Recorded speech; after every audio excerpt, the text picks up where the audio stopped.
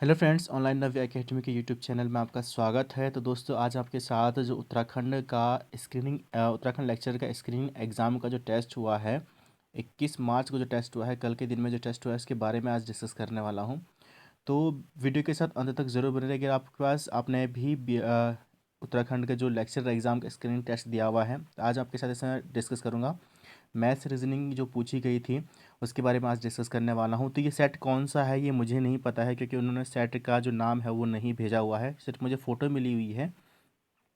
तो आप अपने क्वेश्चन से मैच कर लीजिए इसके साथ, और कोशिश करूँगा आपको 100% एक्यूरेटली जो आयोग का जो आंसर हो उसी के अनुसार आपके पास आंसर की आपको प्रोवाइड कराऊँ। आंसर की अभी कब आती है इसके बारे में तो कहा नहीं जा सकता है, ठीक है। लेकिन फिर भी कोशिश करूँगा आपके पास इसके लिए जो बहुत अच्छे से आपको इस चीज़ों को समझाने की कोशिश करूँ और आपको पूरा का पूरा इसका फ़ायदा दिलाऊँ। तो दोस्तों, आपके पास जो सेट जो भी हो आप उसमें चेक कर लीजिए आपके आंसर क्या क्या आ रहे हैं, ठीक है। तो चलिए स्टार्ट करते हैं इसका वीडियो। और मैथ्स का मैं आज आपके साथ डिस्कस करने वाला हूं, और फिर उसके बाद मैं आपके साथ उत्तराखंड डिस्कस करूंगा, फिर हिंदी डिस्कस करूंगा, देन उसके बाद जीएस डिस्कस करूंगा, ठीक है। तो अभी मैं आपके पास मैथ्स का पोर्शन डिस्कस करने वाला हूँ। तो जैसे आपके पास एक 106 क्वेश्चन है यहाँ पे, आपके पास कौन आपके सेट में कौन सा क्वेश्चन था वो आप देख लीजिएगा। क्वेश्चन है कि कल्याणी वीना की सास है, ठीक है। और वीना अशोक की भाभी है, धीरज सुदीप का पिता है, सुदीप अशोक का इकलौता भाई है, तो कल्याणी किस प्रकार अशोक से संबंधित। देखिए, आपके पास इतना लंबा पढ़ने की ज़रूरत नहीं थी, सिर्फ 2 लाइन में आपका आंसर निकल गया था यहाँ पे। देखिए कैसे, उसने क्या बोला कि कल्याणी जो है वो है वीना की सास, तो वीना की सास है कल्याणी, ठीक है। वीना की सास है कल्याणी। और कहा कि जो वीना है वो अशोक की भाभी है, और अशोक की भाभी है, अशोक की जो भाभी है वो है वीना, इसकी भाभी है ये, ठीक है। अशोक की भाभी है वीना, और वीना की सास है कल्याणी। तो उसने यहाँ पे पूछा क्या है, कल्याणी किस प्रकार अशोक से संबंधित है, कल्याणी किस प्रकार अशोक से इन दोनों का रिलेशन पूछ रहा है। और वीना हो गई अशोक की भाभी, और कल्याणी होगी अशोक की सास। तो इसकी भाभी मतलब ये ऑब्वियसली है कि जो इसकी भाभी होगी इसकी भाई की बीवी होगी, और इसकी ये सास है, यानी कि ऑब्वियसली क्या है, अशोक जो कल्याणी है वो अशोक से किस प्रकार से संबंधित है, वो अशोक की माँ है, ठीक है। ऑप्शन नंबर से आपके पास राइट आंसर हो जाएगा। एक व्यक्ति पश्चिम की ओर वाहन चला रहा है, उसे दिशाओं के अनुक्रम का अनुसरण करना चाहिए कि वह दक्षिण की ओर वाहन चलाने लगे। तो आपके पास उसने कहा कि सबसे पहले तो हम बात कर लेते हैं कि पश्चिम की तरफ, यानी कि इधर साइड को वो अपना वाहन चला रहा है। अब उसे कौन कौन सी 3 दिशाओं में जाना है, तो कौन सी दिशा में जाएगा कि वो लास्ट में ऑब्वियसली उसको क्या मिल जाए, बाएं तरफ मिल जाए, ठीक है। तो जैसे कि यहाँ पे इन्होंने आंसर पे टिक सी किया हुआ, लेकिन सी की अगर हम बात करें यहाँ पे, तो अगर इधर जाएंगे तो बाईं ओर ये हो जाएगा, ठीक है। फिर उसके बाद जाएंगे बाईं ओर ये हो जाएगा, और फिर उसके बाईं ओर जाता है तो फिर ये तो उत्तर में जा रहा है फिर, यानी कि तो ऑप्शन गलत है। तो हम क्या करेंगे यहाँ पे, इसको बाद सबसे पहले हम बात करते हैं। सबसे पहले दक्षिण की बात हो रही है यहाँ पे, तो ये पहले गया पश्चिम में, ठीक है, पश्चिम में गया। फिर उसके बाद इसने दायां गया, ये आपके पास गया उत्तर में।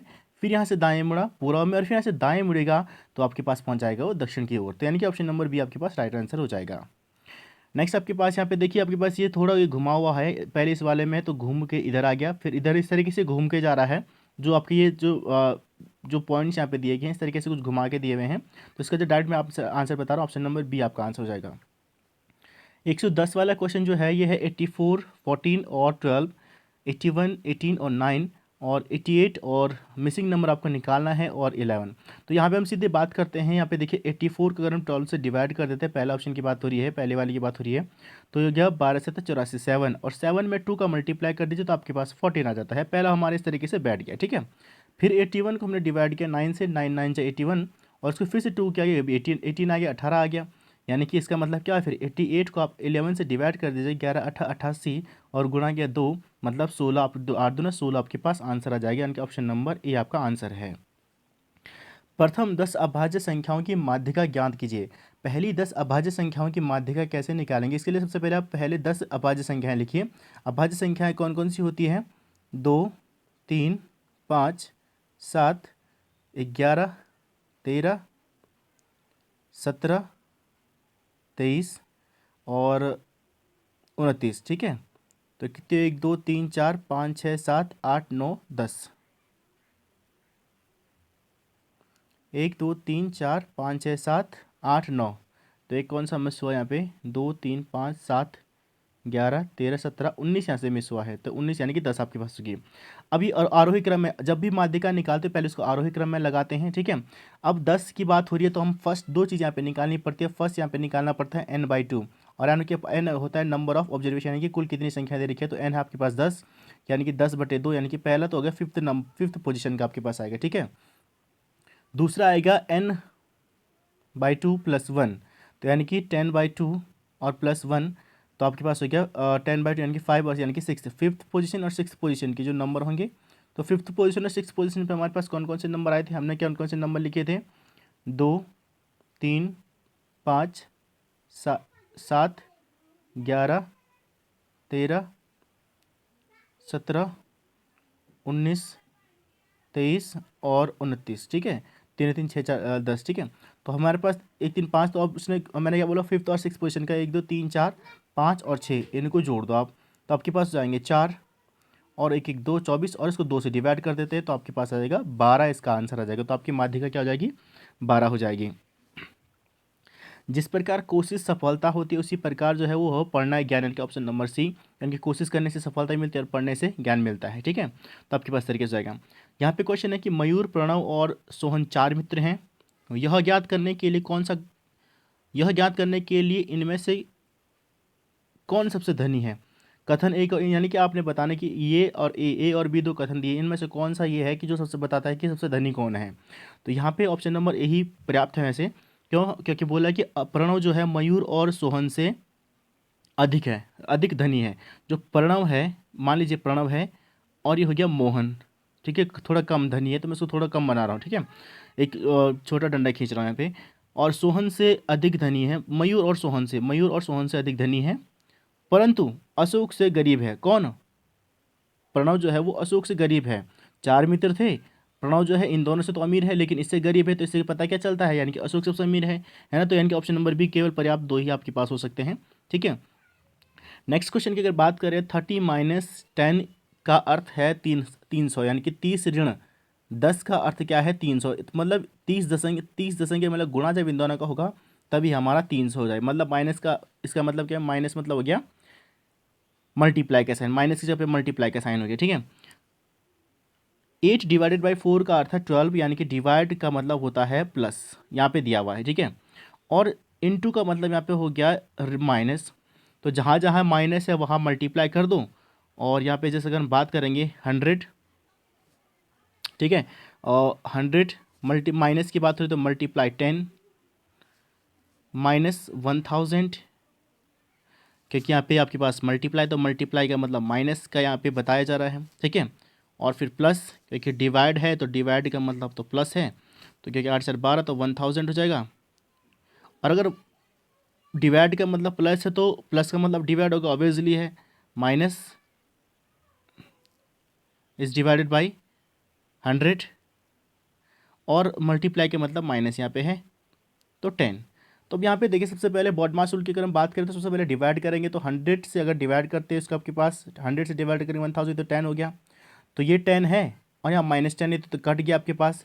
फिर प्लस के आगे वाले देते हैं 100 10 जा 1000 और -1000, यानी कि ये भी कट गया, यानी कि आपका आंसर क्या आ गया फिर 0, तो यानी कि आपके पास ऑप्शन नंबर ए इसका आंसर आ गया। क्लियर, ठीक है। देखते हैं नेक्स्ट क्वेश्चन इसमें।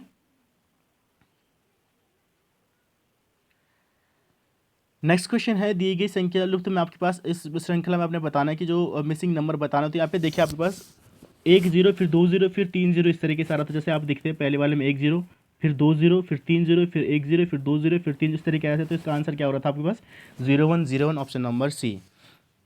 एक व्यापारी ने अपने स्टॉक के 20% को 10% लाभ पर और शेष के 50% को 10% हानि पर बेचा। शेष स्टॉक की बिक्री हेतु उसका लाभ का प्रतिशत कितना होगा।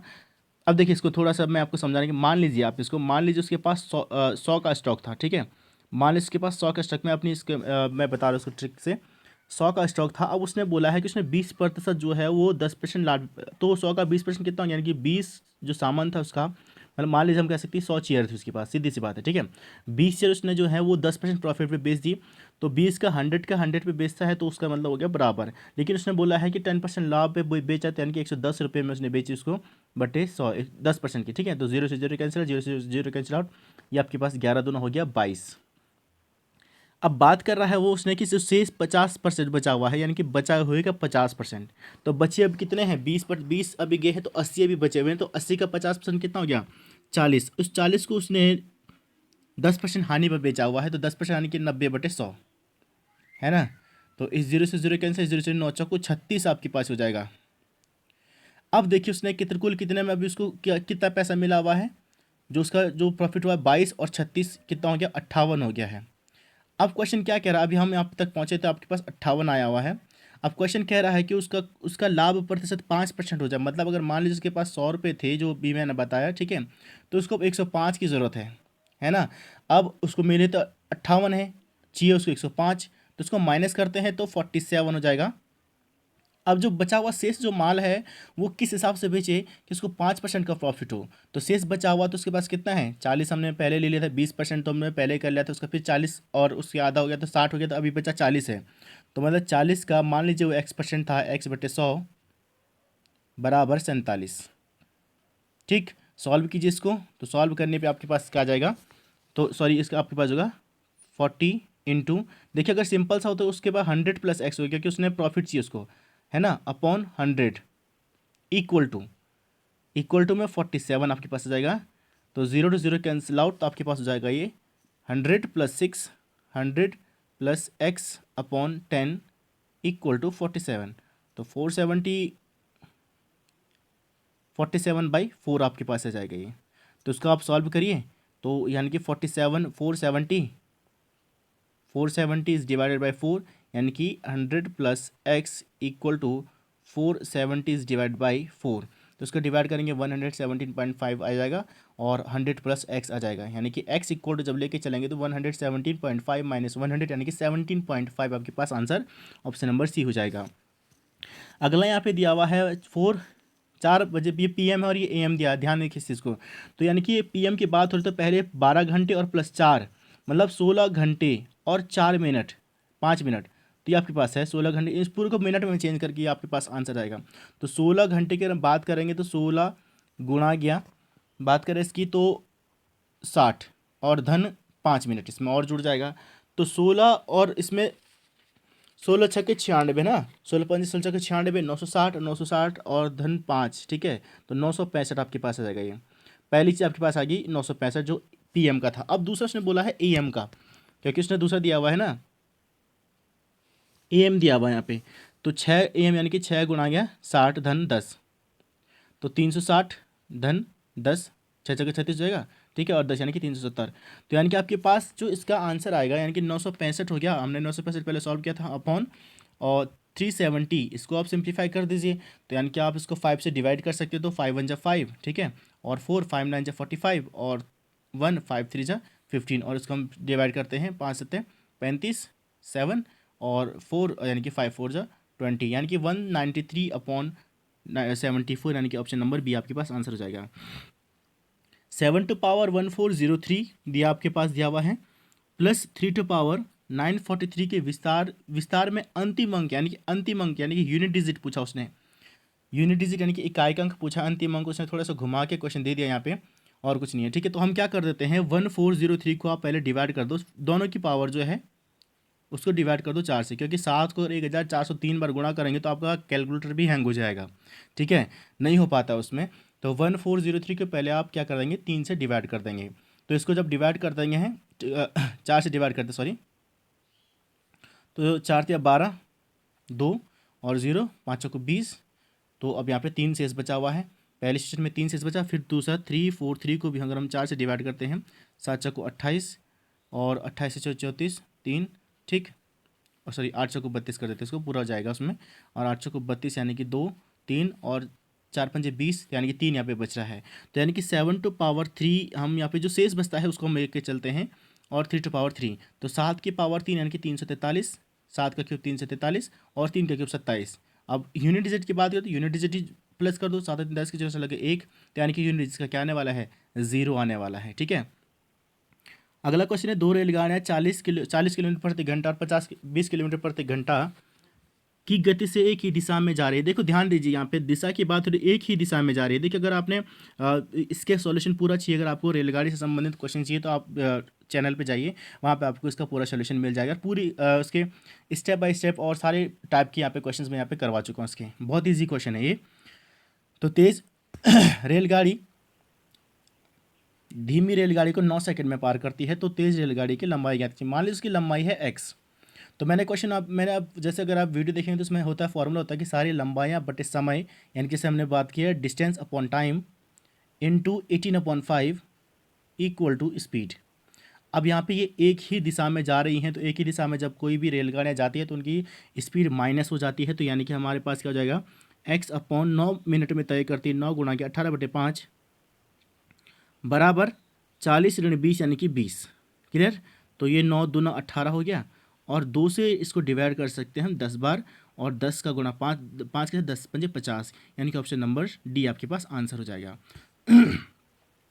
टाइम एंड वर्क का क्वेश्चन है, बहुत थोड़ा सा लंबा क्वेश्चन है, इसमें मैं अभी समझा नहीं पाऊंगा आपको, क्योंकि अगर आपको उसको समझना है तो आप डिस्कशन में आपकी जा सकते हैं, यानी कि आप चैनल पे जाइए, वहाँ पे आपके पास टाइम एंड वर्क के 7 लेवल दिए हैं मैंने, 7 टाइप के क्वेश्चन यहाँ पे दिए हुए हैं, 7 से 8 टाइप के क्वेश्चन दिए हैं, आप वहाँ पे जाके देख सकते हैं। डायरेक्ट इसका आंसर बता रहा हूँ।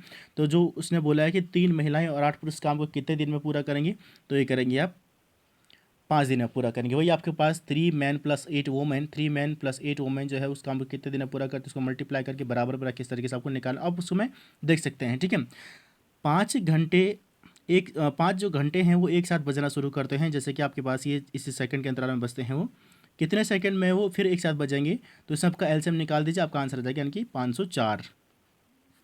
मेरी घड़ी मंगलवार दोपहर 1 बजे को 1 मिनट धीमी और बृहस्पतिवार को 1 मिनट तेज़ थी, तो वो कब सही समय बताया था। इसमें थोड़ा सा हम इसमें थोड़ा देखेंगे, यहाँ पे जो 1 बजे ट्यूसडे से और 1 बजे थर्सडे तक का जो टाइम है वो कुल कितने घंटे हैं, 48 घंटे हो रहे हैं यहाँ पे। ठीक, 1 घंटे टाइम जो होता है वो धीमी होती है, और 2 घंटे वो इस दिन में थर्सडे को तेज़ होती है। टोटल कितना हुआ, 3। तो 48 को हम क्या कर देते हैं, 3 से भाग दे देंगे, मतलब 16 घंटे बाद, यानी कि जो ट्यूसडे का जो 1 बजे के 16 घंटे बाद वो सही टाइम दिखाएगी। तो इसका मतलब आपके पास हो गया 1 बजे दिन के से 1 बजे रात का जो टाइम हो जाएगा ट्यूसडे का। ठीक है, 1 बजे दिन का ट्यूसडे, और वेडनेसडे का सुबह का 1 बजे, तो ये हो गया 12 घंटे, और उसमें प्लस 4 तो हो गया 16, यानी कि 4 5, यानी कि 5 बजे दोपहर जो बुधवार सुबह होगा वो सही टाइम दिखाएगी। अब यहाँ पे देखिए मोहन, देखिए मैं यहाँ पे थोड़े इनको नाम अलग अलग ले लीजिए, यहाँ पे आपके पास थोड़ा कन्फ्यूजन ना हो तो आप थोड़ा सा नाम इनके अलग अलग लिख लीजिए। यहाँ पे कौन कौन लोग यहाँ पे, मोहन है, रामास्वामी है, ठीक है, एडवर्ड है, और रफ़ीक है। तो रफ़ीक में स्मॉल आर मैं बता रहा हूँ। तो उसने बोला कि मोहन और रामास्वामी जो हैं वो हॉकी और फुटबॉल खेलते हैं, हॉकी फुटबॉल दोनों खेलते हैं, मोहन और रफ़ीक हॉकी फुटबॉल खेलते हैं। फिर से बोला एडवर्ड और रामास्वामी फुटबॉल और क्रिकेट खेलते हैं, तो रामास्वामी फुटबॉल तो खेलते हैं, यानी कि क्रिकेट भी खेलता है, और यहाँ पे फुटबॉल और क्रिकेट दोनों खेलता है। फिर इसने बोला है कि रफ़ीक जो है वो रफ़ीक एम एडवर्ड जो है क्रिकेट और टेनिस खेलते हैं, तो रफ़ीक और एडवर्ड क्रिकेट और टेनिस, क्रिकेट खेलता है तो टेनिस भी खेलता है, और ये क्रिकेट और टेनिस भी ये भी खेलता है। ठीक, अब उसने बोला कि मोहन और रफ़ीक टेनिस और हॉकी भी खेलते हैं, तो ये हॉकी खेलता है, ये टेनिस खेलता है। ठीक है, तो ये टेनिस खेलेगा और ये हॉकी, इसमें आप इस तरीके से लिख देंगे। ठीक है, तो उसने बोला उक्त कथनों को ध्यान में पढ़ते हुए उस लड़के का नाम बताया जो हॉकी फुटबॉल और टेनिस खेलता है। तो अब बताइए हॉकी फुटबॉल टेनिस कौन खेलता है, हॉकी फुटबॉल टेनिस कौन खेलता है, मोहन खेलता है, यानी कि ऑप्शन नंबर ई आपके पास आंसर हो जाएगा इसका। ठीक है, अगला क्वेश्चन देखते हैं। यहाँ पे थोड़ा स्पीड में वीडियो बन रहा है। ठीक है, अब इसमें बोला है कि एक नाव जो है पानी के बहाव की विपरीत दिशा में 8 किलोमीटर 8 घंटे में 48 मिनट चलता है। ठीक है, 8 घंटे 48 मिनट में, तथा वही दूरी पानी के बहाव की दिशा में 4 घंटे में तय करता है। तो नाव के पानी के बहाव की दिशा ज्ञात कीजिए। एक नाव पानी के बहाव की बात करें तो यहाँ पे इसका आंसर जो आएगा, इसमें बोट एंड स्ट्रीम के क्वेश्चन मैंने यहाँ पे पहले ही यहाँ पे सॉल्व किए हुए हैं, जो मैंने यहाँ पे वीडियोस डाले हुए हैं उसका मैं डाल आपको आंसर बता रहा हूँ। तो 2:1 आपका आंसर हो सकता है इसका। ठीक है, 2:1 ही होगा। अब आयोग क्या आंसर देता है वो आपको देखना है, तो मेरे हिसाब से 2:1 ही इसका आंसर आ रहा है। क्वेश्चन यहाँ पे फिर से है कि यदि मैं 9 घंटे विश्राम करता हूँ तो किसी निश्चित दूरी को 50 दिन में पूरा पूरा करते हैं यार, 50 दिन लगते हैं। यदि वो पहले से दुगनी गति से विश्राम करता है, पहले से दुगनी गति से चलता है, दुगना विश्राम करता है और दुगनी दूरी हो तो कितना टाइम में होगा। तो देखिए फ्रेंड्स, इसमें थोड़ा सा क्वेश्चन का यहाँ पे ऑप्शन जो नहीं है, यहाँ पे मेरे हिसाब से जो आंसर जो आ रहा है 100 आ रहा है। अब देखते हैं आयोग आंसर क्या देता है। मिश्र अनुपात का क्वेश्चन है, इतना पता है कि इस मिश्र अनुपात का क्वेश्चन है और मिश्र अनुपात के वीडियोज़ मैंने आपके वहाँ पे दिए हुए हैं, आप डिस्क्रिप्शन में लिंक दिया हुआ है, आप चैनल पे जाइए, आप चैनल पे इसको देख सकते हैं कैसे इस क्वेश्चन को सॉल्व करना है। लेकिन यहाँ पे इसका आंसर नहीं है, जो मेरे हिसाब से जो आंसर आ रहा है 100 आ रहा है। अब देखते हैं आयु क्या बताता है। किसी कूट भाषा में 526 मतलब आसमान नीला है, ठीक है। 24 मतलब नीला रंग। अब देखिए यहाँ पे 2 यहाँ पे है और 2 यहाँ भी कॉमन आ रखा है, तो नीला यहाँ पे कॉमन आ रखा है दोनों में, तो यानी कि 2 का मतलब तो हो गया नीला, ठीक है। 436 का मतलब हो गया कि रंग आनंद है, तो है भी आ रखा है, तो यहाँ पे है आ रखा था, तो यानी कि 6 और यहाँ भी है, यानी कि 6 तो आपके पास हो गया है के लिए, 4 आपका हो गया रंग के लिए, ठीक है। तो उसने बोला कि रंग आनंद है, तो आनंद के लिए कौन सा, तो रंग आनंद के लिए 3 आने के ऑप्शन नंबर ए आपके पास आंसर हो जाएगा। एक व्यक्ति 15% निश्चित ब्याज की दर से 4,000 रुपये उधार लेता है। प्रत्येक वर्ष के अंत में वो 1,500 रुपये वापस दे देता है। तीसरे वर्ष के अंत में उसे कितनी रकम देनी होगी ताकि उसका उधार मिश्रित ब्याज सहित पूरा भुगतान हो जाए, जबकि 3 वर्ष तक उसे 1,500 रुपये वापस कर दे। तीसरे वर्ष में भी उसने 1,500 रुपये वापस कर देते। तो देखिए आपके पास सबसे पहले यहाँ पे जो इसका इंटरेस्ट हो जाएगा, सबसे पहले आपको जो इसका इंटरेस्ट लगेगा वो क्या होगा, 4,000 प्लस CI ऑन 4,000 माइनस 1,500। मतलब CI की अगर हम बात करें तो अगर हम यहाँ पे डायरेक्टली सिंपल सा करें तो A equal to P1 minus R/100 का जो फॉर्मूला लगता है, और माइनस हम यहाँ पे 1,500 कर देंगे प्रत्येक साल। पहले साल का हम निकालेंगे इसको, तो पहले साल में जहाँ पे 4,000 था, ठीक है, तो यानी कि A बराबर हमारे पास हो गया 4,000 और 1 प्लस 15%, 15/100 माइनस 1,500, ठीक है। तो इसको 5 दिया 15 और 5 से 20 पंजे 100, तो 20 के 20 23/50 आ जाएगा। मतलब हमारे पास आ गया A इक्वल टू, आप फॉर्मूले का आप देख सकते हैं, 4,000 गुना गया 23/20 माइनस 15, ये पहले साल का आपके पास निकलेगा। सॉल्व करेंगे आप इसको तो आपके पास आ जाएगा 3,100, 3,100 रुपये आ जाएगा। मतलब अगले साल जो ब्याज लगेगा वो 3,100 पे लगेगा जो बचा हुआ है। फिर सेकंड ईयर का निकाला हमने, तो अब यहाँ पे सिर्फ आर यानी कि P बराबर 3,100 का, बाकी सेम रखेंगे, ठीक है, बाकी सब एक जैसा रहेगा, यानी कि 3,100 1 प्लस जो आप लेके चलते हैं, तो उसका जो सॉल्व करके हमारे पास आता है क्या आता है उसका 3,100 हमारे पास आ रखा है 3,100, और ये आता है 23/20 1 प्लस R/, यानी कि 15/100 करके माइनस 1,500। तो इस जीरो को कैंसिल आउट करके इसको जब सॉल्व करेंगे, 2 से इसको डिवाइड करेंगे 155 बार, 155 गुणा गया 33 हो जाएगा, तो 155 गुणा 23 हो जाएगा 3,565 ऋण 1,500, तो ये आपके पास आ जाएगा 2,065 आ जाएगा। 2,065 आया। फिर इसको हम थर्ड ईयर के लिए निकालेंगे, तो अब यहाँ पे हमारा P कोड होगा 2065, वही हम R की बात करते हैं, तो 23/20 यहाँ पे हो जाएगा माइनस 1,500 हो जाएगा।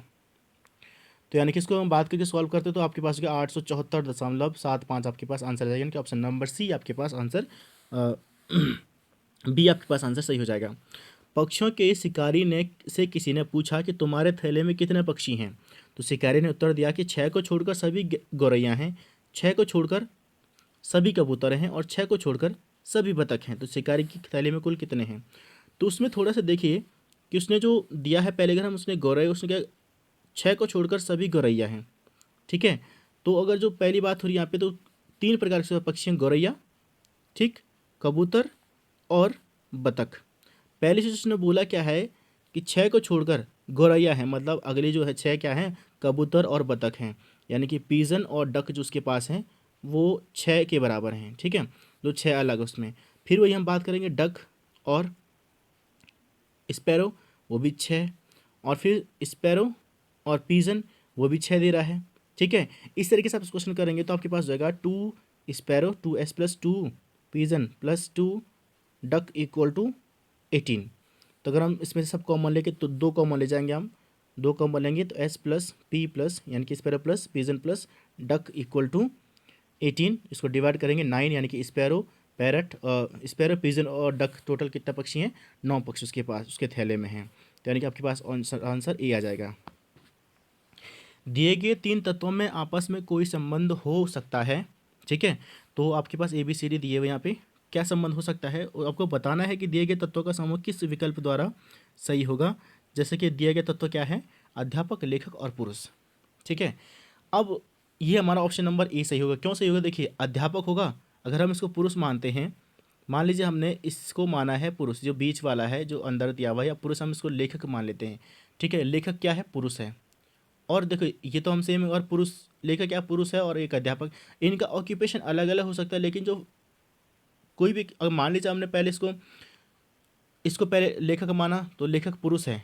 ठीक है, और ये इसको हमने माना अध्यापक, अब इसको ही हम अध्यापक माने हैं, इसको जो बीच में है तो वो भी तो पुरुष ही है, अध्यापक भी पुरुष है, तो यानी कि इसको कॉमन हो जाएगा ए, और फिर इसको अलग अलग, यानी कि ए आपका आंसर हो जाएगा। क्वेश्चन नंबर है कि 130 है, A B C D E बढ़ते क्रम में 5 लगातार विषम संख्याएं हैं। 5 लगातार विषम संख्याएं, तो 1 3 5 7 9। ठीक, निम्नलिखित कथनों पर ध्यान दीजिए। विषम संख्याएं हैं, संख्याओं का औसत a+4। देखिए अगर आपने इसमें से वीडियो जो आपके पास जो इससे पहले मैं मैथ्स का पूरा सिलेबस कंप्लीट करा चुका हूँ, तो एवरेज का मैंने यहाँ पे चैप्टर दिया हुआ है। ठीक है, शॉर्टली मैंने बताया हुआ है। लगातार 5 संख्याओं का अगर हम एवरेज की हम बात करें कैसे निकालेंगे, तो उसका बीच का जो अंक होता है वही उसका एवरेज होता है। कैसे निकालना वो आपको पूरी ट्रिक देखने के लिए आपको एवरेज वाला चैप्टर देखना पड़ेगा। यहाँ पे मैं इसका इतना क्लियर नहीं कर पाऊंगा या एक्सप्लेन नहीं कर पाऊंगा, कि वो बोर्ड पे क्लासरूम में मैंने अच्छे से समझाया हुआ है, और यहाँ पे फ़ोन पे मैं बना रहा हूँ वीडियो, तो यहाँ पे नहीं समझा पाऊँगा। क्लियर, ठीक है, तो इसको आप थोड़ा सा ध्यान से देखिए इसमें। तो अब यहाँ पे इसमें क्या बोला है इसमें कि 5 हमारा तो हो गया इसका औसत। अब उसने बोला है कि अब हमारे संख्याएं 1 2 1 3 5 7 और 9। अब यहाँ पे उसने बोला है कि संख्याओं का औसत a+4, तो a है 1 और +4 करते हैं तो यानी कि क्या होगा, 5 तो आएगा ही आएगा, है ना। यानी हमारा जो औसत हो सकता है वो a+4 हो सकता है ना। एक में 4 जोड़ेंगे तो 5, या फिर हम कह सकते हैं, क्या कह रहा है, बी ऑप्शन दे रहे हैं कि संख्याओं का औसत b+2। बी क्या है, बी संख्या हमारी 3, A B C D E संख्या है ना, तो 3 है, 3 में 2 जोड़ेंगे तभी 5 आएगा। संख्याओं का औसत ई माइनस, यानी कि ई 9 और उसमें से -4 करेंगे तभी 5 आएगा। यानी कि आपके पास जो होगा option number D right answer होगा, यानी कि ए बी सी तीनों आपके ऑप्शन यहाँ पे करेक्ट हैं। तो दोस्तों ये था आपके पास मैथ्स का जो सिलेबस है, मैथ्स का पोर्शन था, जो मैथ्स के क्वेश्चन के जो आंसर थे, यानी कि इस हिसाब से अगर हम बात करें तो आपके जो मैथ्स का जो क्वेश्चन जो पेपर जो था वो नॉर्मल था। ऐसा नहीं था कि सब सिर्फ मैथ्स वाले ही कर सकते हैं, सारे बच्चे अगर जिसने प्रैक्टिस की होगी, अच्छे से प्रैक्टिस की होगी, तो वो हर कोई इसको कर सकता था। इस तरीके के क्वेश्चन यहाँ पे पेपर दिया हुआ था। आई होप आपको वीडियो पसंद आएगा। वीडियो कैसा लगा कमेंट बॉक्स में ज़रूर बताएं। जल्द ही मिलता हूँ आपके उत्तराखंड और हिंदी के सिलेबस या क्वेश्चंस के साथ। जय हिंद, जय भारत।